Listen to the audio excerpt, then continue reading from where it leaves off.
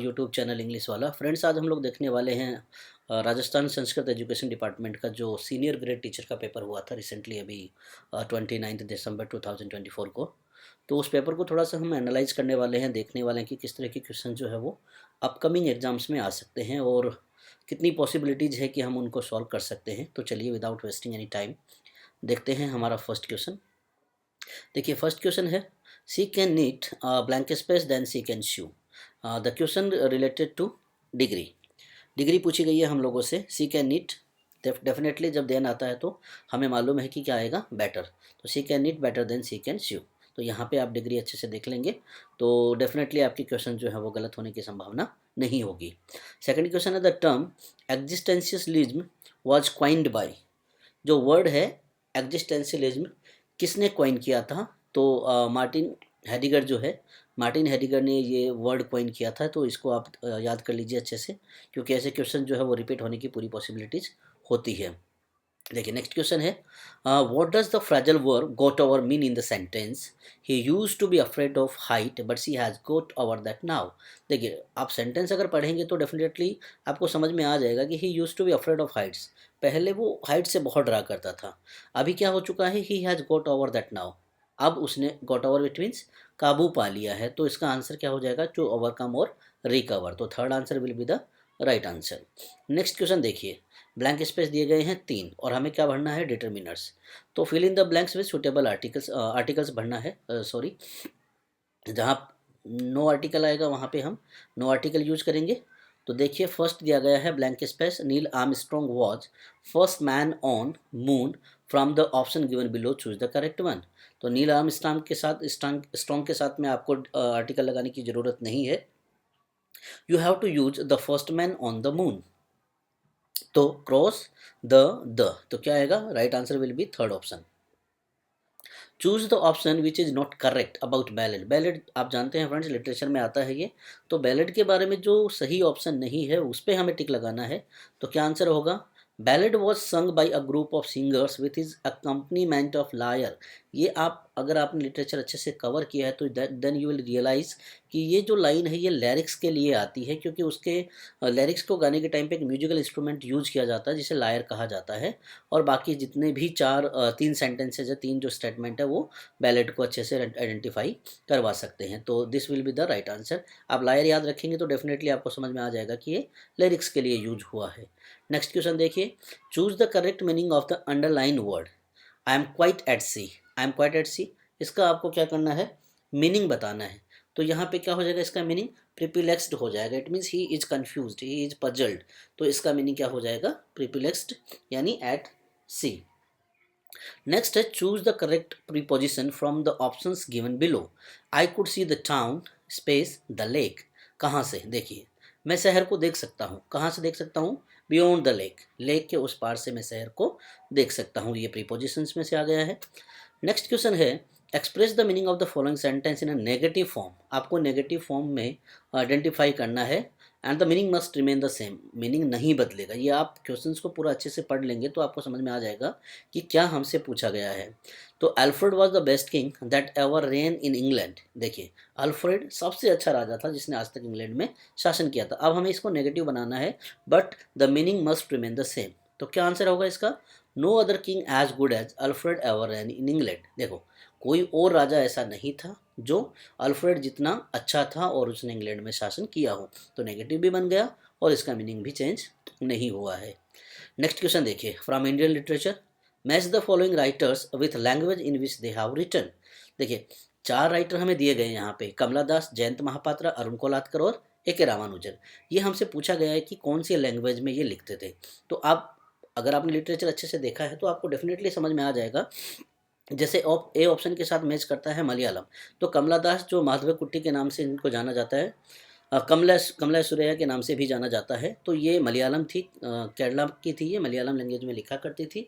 और उसके बाद जैसे जयंत महापात्रा हैं, तो आप जानते हैं महापात्रा जो सरनेम है वो समझ में आ जाएगा कि ओडिया के होते हैं ये लोग। तो यहाँ पे आप ओडिशा इसको मैच कर देंगे, ओडिया को इसको मैच कर देंगे। अरुण कोलात्कर, कोलात्कर इट मीन्स मराठी, तो डेफिनेटली हम मराठी के साथ मैच कर देंगे। और ए.के. रामानुजन सिंपल सा है, जो बच गया वो होगा कन्नड़ा। तो हमारा राइट आंसर होगा 2। नेक्स्ट है fill in the correct preposition. The principal congratulated Rishika, Rishika को प्रिंसिपल सर ने कॉन्ग्रेचुलेट किया for what, on her excellence performance, किसके लिए, उनकी जो बहुत अच्छी जो जो प्रदर्शन था उसके लिए प्रिंसिपल ने कॉन्ग्रेचुलेट किया ऋषिका को। Identify the part of speech underlined word. देखिए the evening was round of pleasure, हमें क्या करना है, इसका पार्ट ऑफ स्पीच बताना है। तो राउंड ऑफ प्लेजर जो है एक नाउन है, यहाँ पे जो है वो नाउन एज ए यूज किया गया है, तो fourth answer will be the right answer. अब देखिए नेक्स्ट क्वेश्चन है, थोड़ा सा डिफिकल्ट है, डिफिकल्ट इट मीन्स थोड़ा सा ट्रिकी है। Match list A with list B, correct preposition in the blanks. Memphis is a town space the Mississippi river, okay. Zanzibar is an island the coast of Africa. We walked the river bank, we came the house. अब देखिए first जो है match करेगा आपका सी के साथ में, क्योंकि मैफिसिस जो टाउन है वो मिसिसिपी रिवर पे इस्टेब्लिश है यानी बसा हुआ है। जिंजीबार इज एन आइलैंड जो है वो island off the coast of Africa, ये ऑफ जो है इसके साथ यूज किया जाएगा। We walked across along along the river bank, third जो है वो बी के लिए आ जाएगा। And we came from the house, और हम लोग घर से लौट आए। जब आप एक या दो को चूज कर लेंगे तो डेफिनेटली आपका आंसर जो है वो ऑटोमेटिक आ जाएगा। नेक्स्ट है विच is not an essential feature of satire. Satire का महत्वपूर्ण जो फीचर है वो नहीं है, तो इसमें पहला आंसर है it is intended to display tragedy. Satire में कभी भी ट्रेजिडी जो है वो नहीं दर्शाई जाती। सेटायर जो होता है व्यंग्यात्मक बोला जाता है इसे, ये कॉमिकल होता है और व्यंग्य करने के लिए इसको यूज किया जाता है। नेक्स्ट क्वेश्चन देखिए, Jacobian as is called so after the name of English king James first. Friends ये क्वेश्चन बहुत इंपॉर्टेंट है, दोबारा टिक लगा लीजिए इसको। एनवीएस के टीजीटी पीजीटी में बहुत बार रिपीट हुआ है, केवीएस में भी ये आया है, और देखिए आपके पास अभी सेकंड ग्रेड आरपीएससी में भी ये रिपीट हुआ है। तो बहुत बार पूछा जाता है कि जैकोबियन एज जो है वो कौन से राजा के लिए यूज किया जाता है, तो जेम्स फर्स्ट जो है वो, बच्चे जो हैं हमारे कन्फ्यूज हो जाते हैं जेकब वन में, क्योंकि नाम को वो मैच करते हैं। अगर उसको पता नहीं है तो डेफिनेटली जिसको पता होगा तो वो डायरेक्टली टिक करेगा जेम्स वन पे। देखिए next question, choose the sentence in which use of adjective is not correct. Adjective का यूज जो है वो सही तरीके से नहीं किया गया। तो बाकी सेंटेंस आप देख लेंगे तो आपको समझ में आ जाएगा कि the sadly tidings were a heavy blow to the old man, ये जो है सही से यूज इसका नहीं हुआ है, किसका, एडजेक्टिव का। Sadly tidings were a heavy blow to the old man. Next question है fill in the blanks with correct option. We go provided weather fine, ठीक है। तो वी के साथ हमें पता है शैल आएगा, तो we shall go provided the weather is fine. Change the indirect form of narration, ये आप अच्छे से चेंज कर सकते हैं, बहुत इंपॉर्टेंट है और काफ़ी एग्जाम्स में से ये रिपीट होते हैं। तो 10th लेवल तक का बहुत अच्छा टॉपिक है, आप इसको देख लेंगे, और जल्दी ही मैं इस पर वीडियो भी एक बनाने वाला हूँ, तो आपको बहुत अच्छे से इसको मैं समझा दूंगा। Choose the synonym of exuberance. Exuberance का सिनोनिम यानी समानार्थी शब्द जो होता है वो हमसे पूछा गया है, तो इसका सिमिलर वर्ड क्या होगा, चीयरफुलनेस होगा। नेक्स्ट है fill in the blanks with correct option. You succeeded if you harder, तो definitely if you would have succeeded if you had tried harder, अगर आपने मेहनत अच्छे से की होती तो सफल हो गए होते। Where does the primary stress fall in the word strenuous.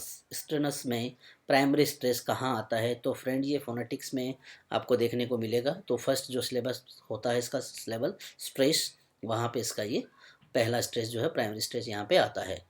Next देखिए, he is the man whom we all respect.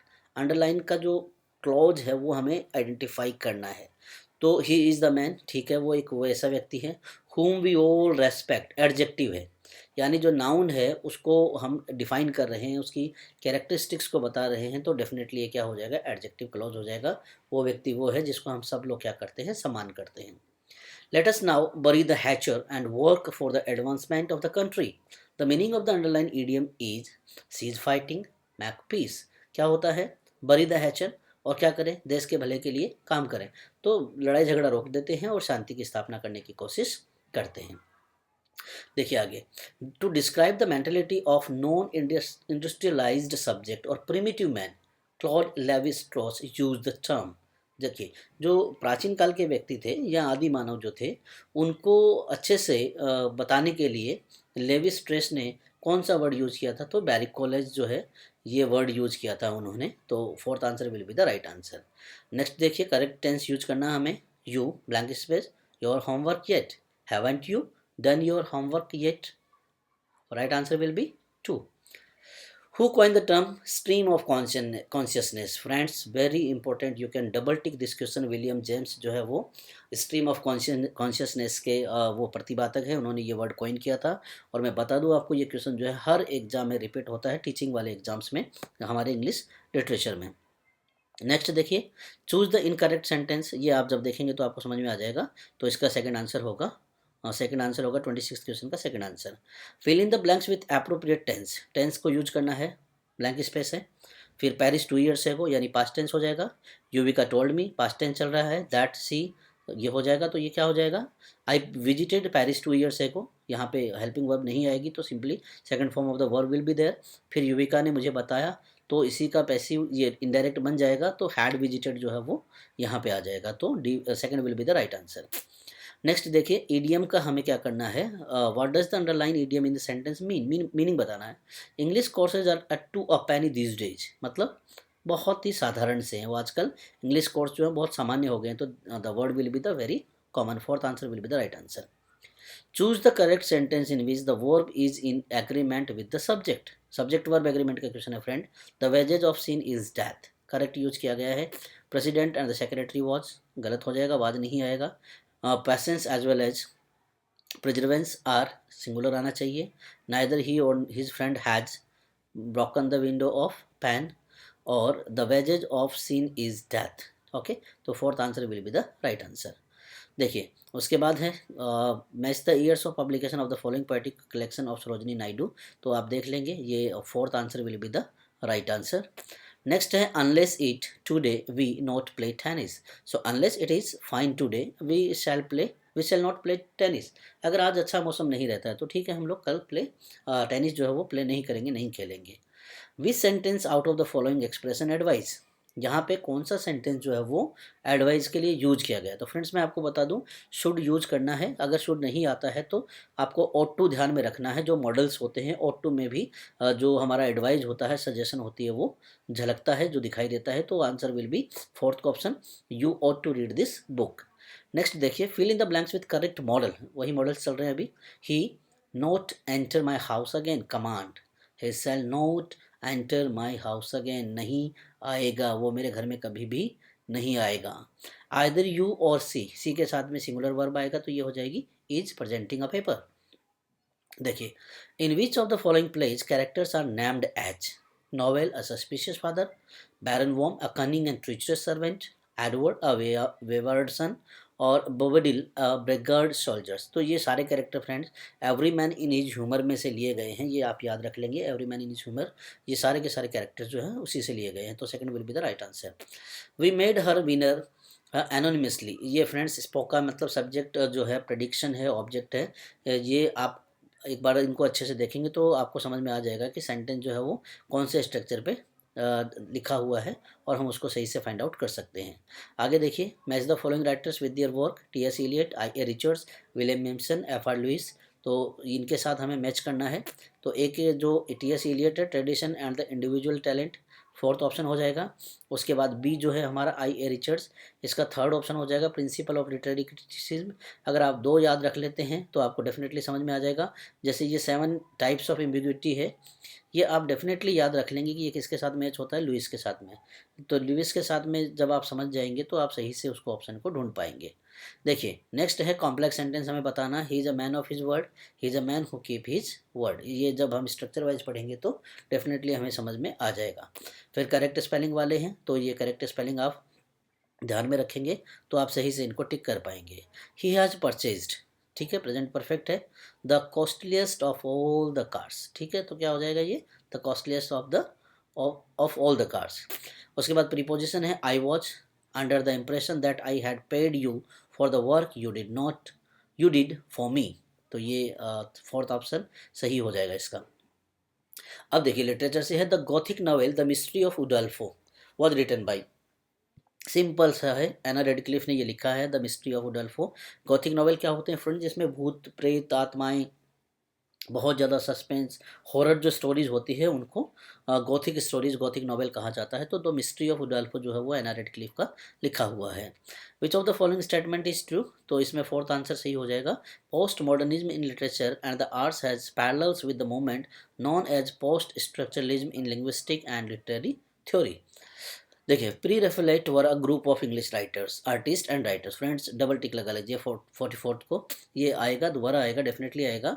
कौन से एज से ये बिलोंग करते थे प्री रेफलाइट वाले इंग्लिश राइटर और इंग्लिश आर्टिस्ट? तो विक्टोरियन पीरियड जो है वो यहाँ से ये बिलोंग करते थे। बहुत इंपॉर्टेंट क्वेश्चन है। The author has enumerated the qualities of his book in the forward. Forward जो होता है यानी जो फर्स्ट पार्ट जो होता है उसी में वो अपनी क्वालिटी, बुक की क्वालिटीज को है वो दर्शाता है कोई भी writer. Which is an adjective and degree of adjective in the sentence given below. I have no ulterior motive in offering you help. तो क्या हो जाएगा ये? अल्टेरियर जो डिग्री है वो कंपेरेटिव डिग्री है, बट उसको as a positive degree use किया गया है।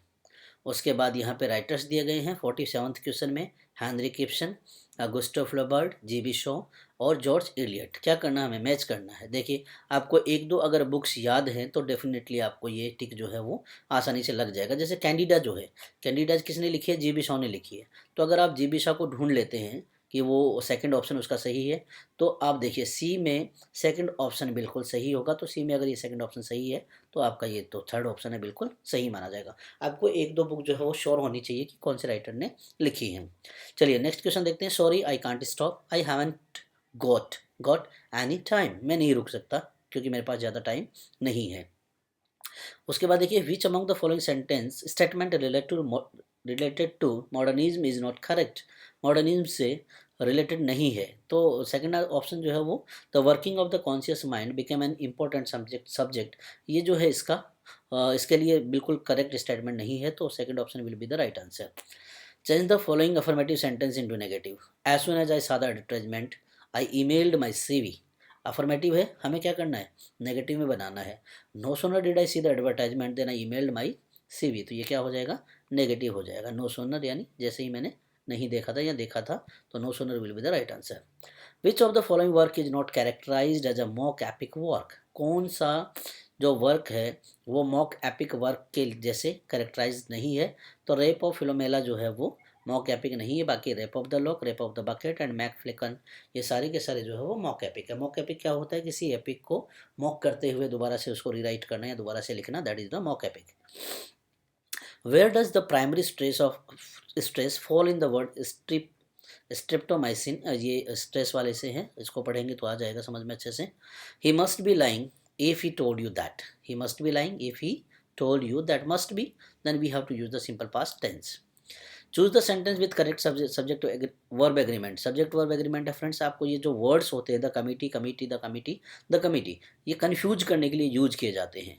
तो देखिए, the committee has made its decision and the committee has its made their decision, दोनों सेम है। बट यहाँ पे दियर और its, it means the committee word is used as the singular. तो सिंगुलर अगर हैज मेड आता है तो इट्स डिसीजन आएगा, ना कि दियर डिसीजन। उसके बाद हैव और हैव है तो यहाँ पे लॉजिक लगाने की आवश्यकता आपको नहीं है। नेक्स्ट है I love this necklace and I have had it for nearly 30 years now. ये मुझे बहुत अच्छा लगता है नेकलेस, और इसीलिए शायद लगभग पिछले 30 सालों से मैं इसे यूज कर रही हूँ। एंटोनिम ऑफ कॉन्कर्ड, कॉन्कर्ड का एंटोनिम अपोजिट वर्ड क्या होगा? डिस्कॉर्ड होगा। कॉन्कर्ड का opposite word Discord. Which sentence has the correct subject verb agreement. ये वही वाला क्वेश्चन है फ्रेंड, दोबारा से रिपीट हुआ है। Neither of the boys has completed his work. Neither of the boys, neither और आइदर, यहाँ पे देखिए नाइदर जो है वो सिंगुलर के लिए आता है, बट यहाँ पे बॉयज है तो कन्फ्यूज हो जाते हैं हम लोग कि हम हैव करेंगे। बट यहाँ पे neither of the boys has completed their, complete his work, यहाँ पे दियर लगा था, लेकिन सिंगुलर अगर हम यूज कर रहे हैं तो डेफिनेटली रिलेटिव प्रोनाउन जो है वो भी सिंगुलर आएगा। तो सेकंड ऑप्शन सही हो जाएगा। What is the function of and in coordinating clause beginning with the and in the given sentence? He tried hard and yet he failed. Expresses surprise. Surprise को दर्शाने के लिए and का यूज किया जाता है। I'm told that your cousin is in hot water over the speech. इसका अर्थ बताना क्या है इसका अर्थ। I am told that your cousin is in hot water over that speech. In trouble यानी वो थोड़ा सा परेशानी में है। hot water का इट मीन्स परेशानी में है। आगे देखिए, ग्रामर चल रही है फ्रेंड्स अभी भी। She now I him for a long time, I him last 5 years, he us next week. देखिए पहला जो ऑप्शन है इसमें सी आ जाएगा, सी इज सिंगिंग नाउ, क्योंकि प्रेजेंट कंटिन्यूस टेंस है, नाउ है तो प्रेजेंट कंटिन्यूस टेंस हो जाएगा। सेकंड में लॉन्ग टाइम है, इट मीन्स पास्ट है, तो यहाँ पे ये क्या हो जाएगा, D, I have known him for a long time, तो ये हो जाएगा प्रेजेंट परफेक्ट हो जाएगा। सेकंड है, थर्ड है आई हिम लास्ट 5 years बिफोर, तो ये हो जाएगा पास्ट, तो थर्ड ऑप्शन हो जाएगा इसमें हैड सीन, और ही नेक्स्ट है मतलब फ्यूचर, तो विल बी मीटिंग। ठीक है, तो ऑप्शन फोर्थ जो है वो बिल्कुल सही होगा। नेक्स्ट है, no person of that name lives here, उस नाम का कोई व्यक्ति यहाँ पे नहीं रहता। नो पर्सन मतलब सिंगुलर पूछा गया है, तो फ्रेंड्स डेफिनेटली हमें समझ में आ जाना चाहिए कि सिंगुलर यहाँ पे हेल्पिंग वर्ब यूज की जाएगी कि इस नाम का कोई भी व्यक्ति यहाँ पे नहीं रहता है। आगे देखते हैं, और house is than 100 meters from station, तो our house is less than 100 meters from the station, तो इसका ऑप्शन होगा third. Choose the correct antonym of the following word authentic, और ऑथेंटिक का अपोजिट वर्ड बताना। ऑथेंटिक मतलब रियल, वास्तविक, जो बहुत प्रमाणिक होता है, तो ये सपीरियस हो जाएगा, यानी अवास्तविक है, जो प्रमाणिक नहीं है, that will be the right answer. Next है, certain aspect of romanticism in the 18th century did not include, note है फ्रेंड, अंडरलाइन आप जरूर देखेंगे, कुछ एस्पेक्ट जो है रोमांटिसिज्म के 18th सेंचुरी के रोमांटिसिज्म के नहीं यूज किए गए थे, तो इसमें से कौन सा है, तो ये क्या हो जाएगा, tamed and orderly manifestation of scenery, ये इसके लिए यूज नहीं किया गया था रोमांटिसिज्म के लिए। फ्रेजल वर्ब से क्वेश्चन ले लिया गया है, at first he wouldn't let her drive the car but she was so persuasive that eventually he gave in, बहुत मना करने के बाद वो मान जाता है, हार मान जाता है, तो answer will be gave in. Next है, which of the following thought influenced Victorian writing, कौन सा विचार जो है वो विक्टोरियन राइटिंग को इन्फ्लुएंस करता है। A B C are correct, it mean symbolist movement जो है वो इसके लिए सही नहीं है, तो तीन ऑप्शन ऊपर वाले जो है वो बिल्कुल सही हैं। पॉजिटिविज्म हो जाएगा, फेमिनिज्म हो जाएगा, और कॉन्ट्रोवर्शियल जो होता है, इसके लिए सिंबलिस्ट हमें यूज नहीं करना है। In the sentence, these mangoes are sour, these is an example of demonstrative friend, हम एडजेक्टिव पढ़ते हैं तो हमें पता है कि दीज दोज जो है वो डिमॉन्स्ट्रेटिव एडजेक्टिव है, तो these mangoes are sour. The post modern condition in 1996 was written by, किसने लिखा है, जीन फ्रैंकोइस लेटोर्ड ने लिखा है। ये क्या, the post modern condition, important है friends.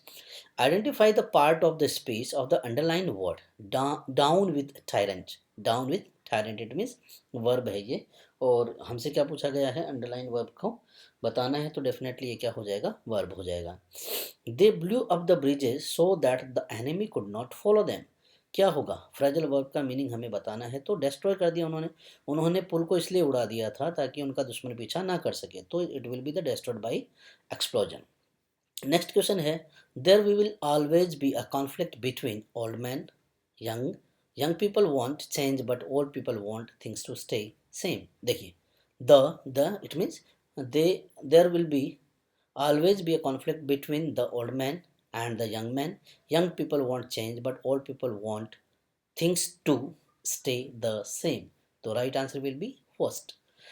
Next, much to our surprise he pulled off the deal, much of the surprise, much to our surprise he pulled off the deal, pulled off will be the right answer. Chandalika Rabindranath Tagore ने लिखी है friends, बहुत important question है, आपको अभी जानकारी के लिए बता दूं कि रिसेंटली जो यूजीसी नेट का एग्जाम हुआ था उसमें से उसमें क्वेश्चन पूछा गया था इसी कंपोजिशन के बारे में कि चंडालिका जो है वो किसने लिखी है, तो राइट आंसर हो जाएगा हमारा रविंद्रनाथ टैगोर। और ये इज बेसिकली इसमें पूछा गया है, तो क्या है इसका थीम, क्या बताया गया है, this is a psychological drama of intense spiritual conflict. ठीक है, साइकोलॉजिकल ड्रामा है जिसमें कुछ कुछ जो स्पिरिचुअल कॉन्फ्लिक्ट भी दर्शाए गए हैं, तो याद रख लेंगे, बहुत इंपॉर्टेंट है, हो सकता है कि आगे आने वाले एग्जाम में जरूर पूछा जाए। नेक्स्ट है 74, if he had called me I would have help him, अगर उसने मुझे बुलाया होता, कहा होता, तो डेफिनेटली मैं उसकी मदद करता, तो answer A will be the right answer. Which of the following sentences uses a modal verb correctly to express logical certainty? देखिए कौन से सेंटेंस में मॉडल वर्ब को एज ए लॉजिकल सर्टेनिटी के लिए यूज किया गया है। She must have left already, this will be the right answer. उसके बाद है change the degree of comparison without changing the meaning. Mary is not as clever as some other girls of the class, question क्या था, Mary is less clever, तो इसको change नहीं करना था मीनिंग को, लेकिन हमें डिग्री भी चेंज करनी थी। तो Mary is not as clever as some other girls of the class are. ठीक है। Next select the correct modal. After lunch he generally have a short nap. खाना खाने के बाद में जनरली वो सोया करता था, पास्ट हैबिट है तो यहाँ पे वुड आ जाएगा पास्ट हैबिट के लिए। तो वो सोया करता है, छोटी सी एक नैप लेता है। Railway notice passenger must cross the line by foot bridge. Railway का नोटिस है, पैसेंजर मस्ट यानी कंपल्सन है, ये बाध्यता है आपको, और फुटप्रिंट्स जो है फुट ब्रिज जो है वहीं से आपको लाइन जो है वो क्रॉस करनी है। It is not through envy of the happy lot, but being too happy in thine happiness. The above lines occurs in, कहाँ से ली गई है फ्रेंड्स? ओड टू नाइटिंगल है हमारे जॉन किट्स की, तो वहाँ से ये लाइन ली गई है। It is not through envy of thy happy lot, but being too happy in thine happiness. Who among these poets is said to have indigenized English to the rhythm and flavors of Bombay? Nissim musical जो है उन्होंने बॉम्बे को बहुत अच्छे से अपने composition में उतारा है, तो Nissim musical will be the right answer. He has run through squandered away, it means भाग जाना, his fortune within 2 years, तो run through will be the right answer. Name the literary device, use the following lines. कौन सा literary device को use किया गया? His legs bestrid the ocean, his reared arm crested the world. Hyperbole है friends, इसमें definitely अतिशयोक्ति की बात की गई है, तो हमें समझ में आ जाता है सेंटेंस को पढ़ने से हाइपरबोल को इसमें यूज किया गया है। Select the synonym for the word obsolete. Obsolete का पर्यायवाची शब्द क्या होगा? सिनोनिम सेंस सिमिलर वर्ड क्या होगा? तो आउटडेटेड हो जाएगा। Mumbai is richer than most other cities in India. क्या करना है? डिग्री ऑफ कंपैरिजन चेंज करनी है, साथ ही साथ में मीनिंग को चेंज नहीं करना है।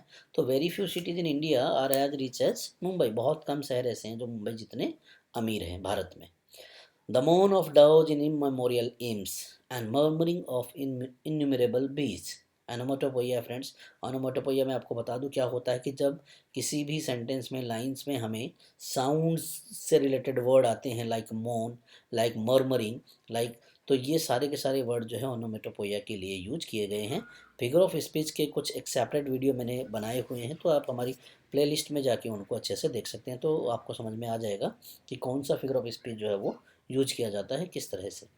नेक्स्ट है early passenger plans would not hold more than 30 passengers.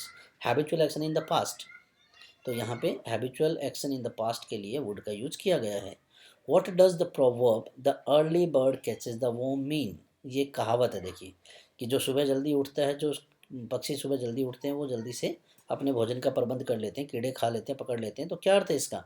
Someone will have an advantage if they do something before the people do it. यानी लोगों के करने से पहले अगर कोई व्यक्ति अपना काम कर लेता है तो डेफिनेटली उनको फ़ायदा मिलता है।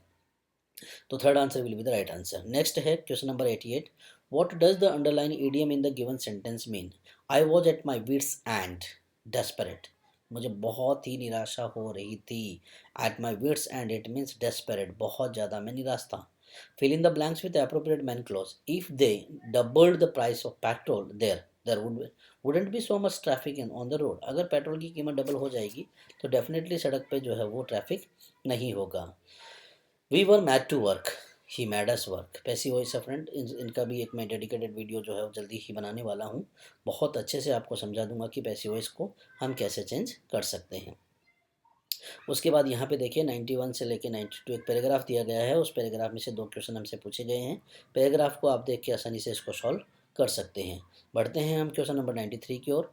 Fill in the blanks with the verb that agrees with the subject in sentence.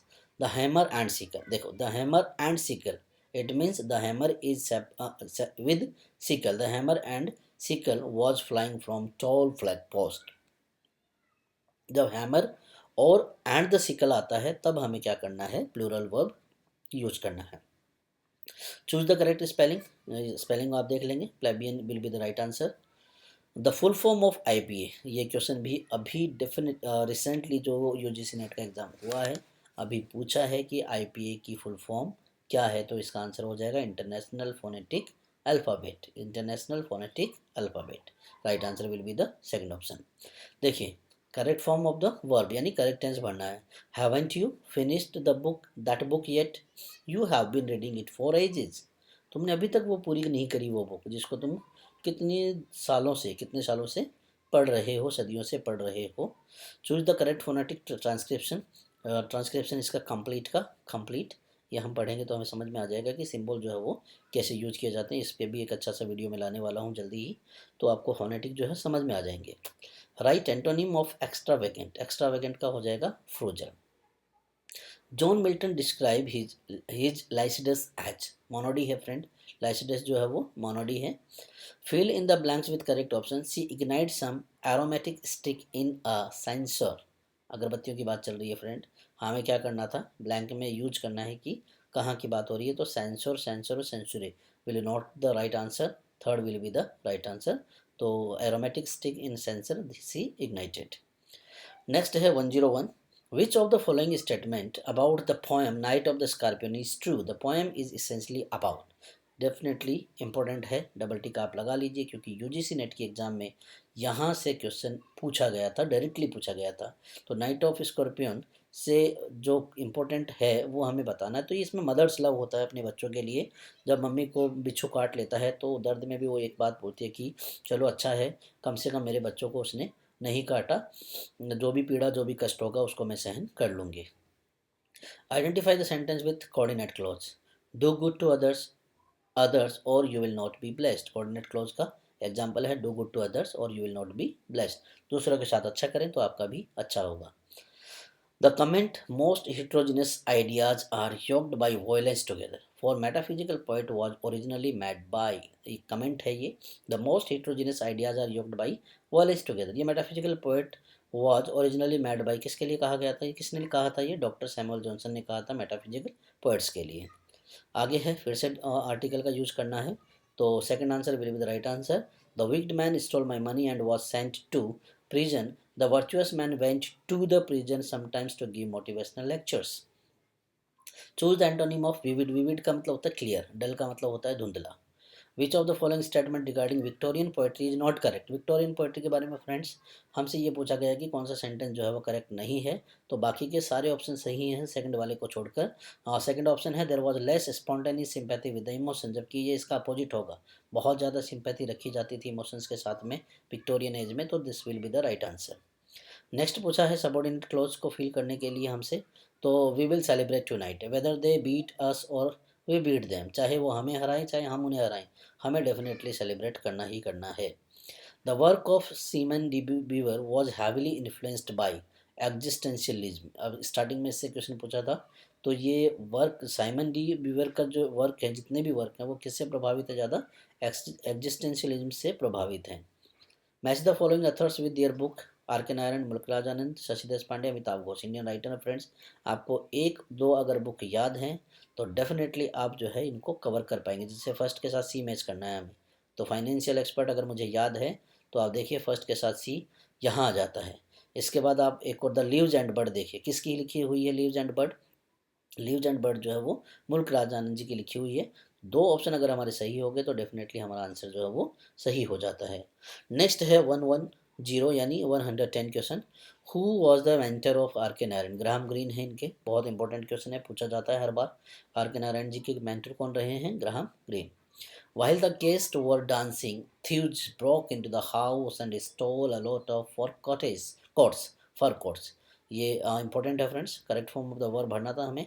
While the guests were dancing, जब डांस कर रहे थे सभी guest, thieves broke into a house, घुस गए, वो फ्रेजल वर्ब यूज कर लिया गया है, एंड उन्होंने ढेर सारे फर कोट्स को चुरा लिया। आगे देखिए, for all his wealth he is not content, for all his wealth he is not content, अपनी जितनी भी संपत्ति है फिर भी वो संतुष्ट नहीं है। What is phonetic transcription of the word granite, granite का जो वर्ड है वो यहाँ पे दिया हुआ है, आप देखेंगे तो डेफिनेटली आपको समझ में आ जाएगा। Identify the following terms of MHM, MHM tall boys with long hair, tall boys with long hair, MHM, MH के टर्म में लिखना है। तो ये ग्रामेटिकल टॉपिक है, जल्दी हम इस पर भी वीडियो लाने वाले हैं, आपको समझ में आ जाएगा कि आखिर ये है क्या।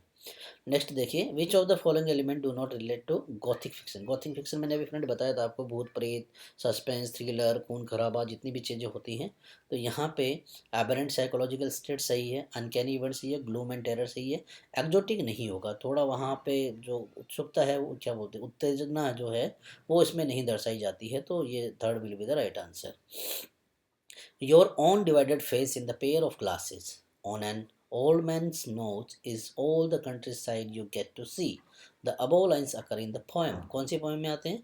The bus by Arun कोलातकर। ये आप देखेंगे तो समझ में आ जाएगा, आपने पोएम पढ़ी होगी द बस, तो अरुण कोलातकर जी की ये पोएम है, उसी में से कुछ लाइंस जो है वो अडॉप्टेड की हुई हैं क्वेश्चन पेपर के लिए।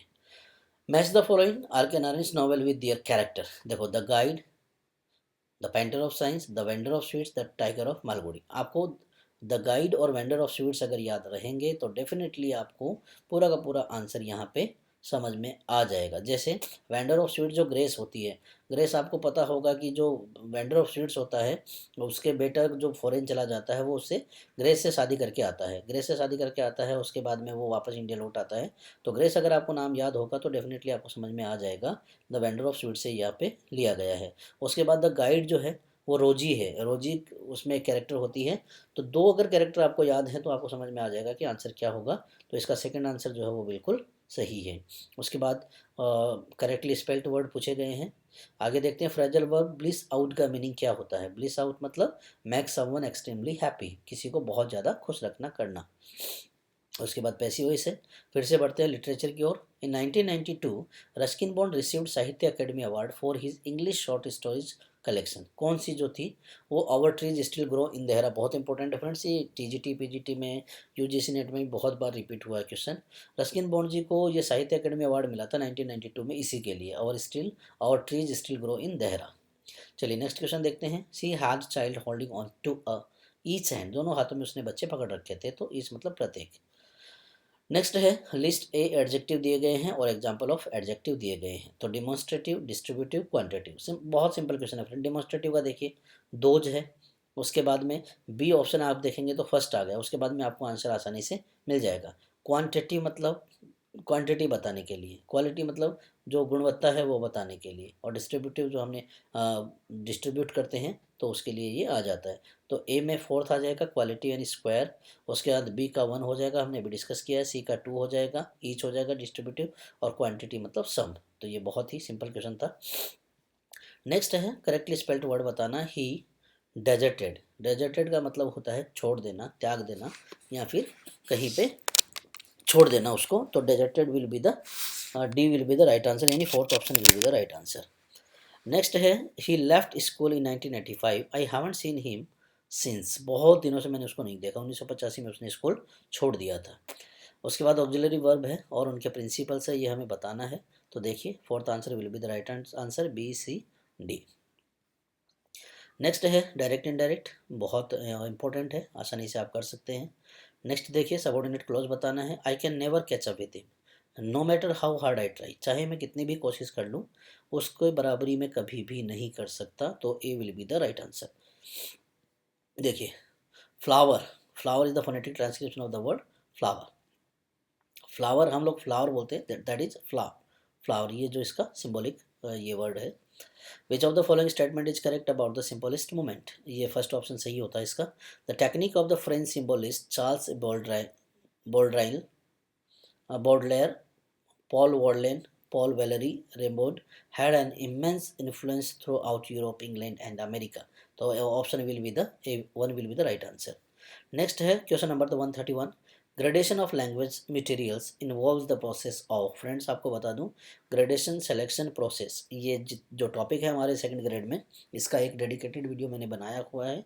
सेकंड ग्रेड वाली प्लेलिस्ट में आप जाकर उसको अच्छे से देखेंगे तो डेफिनेटली आपके बहुत सारे क्वेश्चन जो वो सही हो जाएंगे। देखिए gradation of language material involves the process of, इसमें ग्रुपिंग और सीक्वेंसिंग होती है और यही हमारा राइट आंसर हो जाएगा।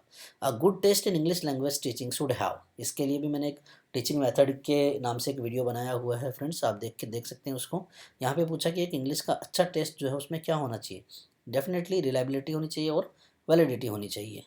विच of the following is not characteristics of prose. Prose की कैरेक्टरिस्टिक्स नहीं है। Prose has rhythm and sound like poetry, बिल्कुल नहीं होता, ये तो केवल वर्स में होता है, पोएट्री में ही होता है। तो fourth answer will be the right answer. आगे देखिए the competency and grip on the language play an important role in learning of new concept, बिल्कुल सही बात है। लेक्सिकल आइटम्स यानी जो शब्दावली हैं लोकल लैंग्वेज की, वो बिल्कुल हमारी स्ट्रॉन्ग होनी चाहिए, उन पर पकड़ होनी चाहिए, तभी हम किसी भाषा को अच्छे से सीख सकते हैं। The main purpose of teaching poetry in the junior classes is to enable student to, इसका एक डेडिकेटेड वीडियो मैंने बना रखा है, teaching poetry prose and verse जो भी है, ये आप देख सकते हैं। तो 11th क्लास में जब आप पोएट्री पढ़ाते हैं तो क्या मोटिव रहेगा हमारा, बच्चे पोएम को एंजॉय करें, यही हमारा मेन मोटिव उस टाइम पे रहता है। In which of the following method the teacher teaches the meaning of every new word clearly to student by translating them into mother tongue? Direct grammar come translation method है friend ये। जब हम chapter को पढ़ते जाते हैं word by word उसको translate करते जाते हैं, तो वो मेथड जो हम यूज करते हैं, जनरली यही मेथड यूज किया जाता है, उसको ग्रामर कम ट्रांसलेशन मेथड कहा जाता है। How does communicative language teaching यानी CLT view the use of material in the classroom? देखिए, materials are use to simulate real life situation as much as possible, जितना हो सके वास्तविक जीवन से जोड़ा जाता है ताकि बच्चों को बहुत अच्छे से समझ में आ जाए। नेक्स्ट है, which of the following does not bring out the importance of aural composition? Aural composition का ज़्यादा इंपॉर्टेंस नहीं है, किसमें क्या क्यों होता है इसमें? क्योंकि it limits the thought of the student, बच्चों के थॉट्स को क्या है ना लिमिटेड कर देता है। जब हम लिखने बैठते हैं तो हम ज़्यादा अच्छे से अपने आप को एक्सप्रेस कर पाते हैं। नेक्स्ट हो जाएगा 139, the methodological procedure underlying communicative language teaching reflects a sequence of the following 4 kinds of activities। तो आंसर क्या होगा इसका? ACDB, ये इसके स्टेप्स हैं और ये सारों स्टेप जो हैं इस तरह से होंगे ACDB।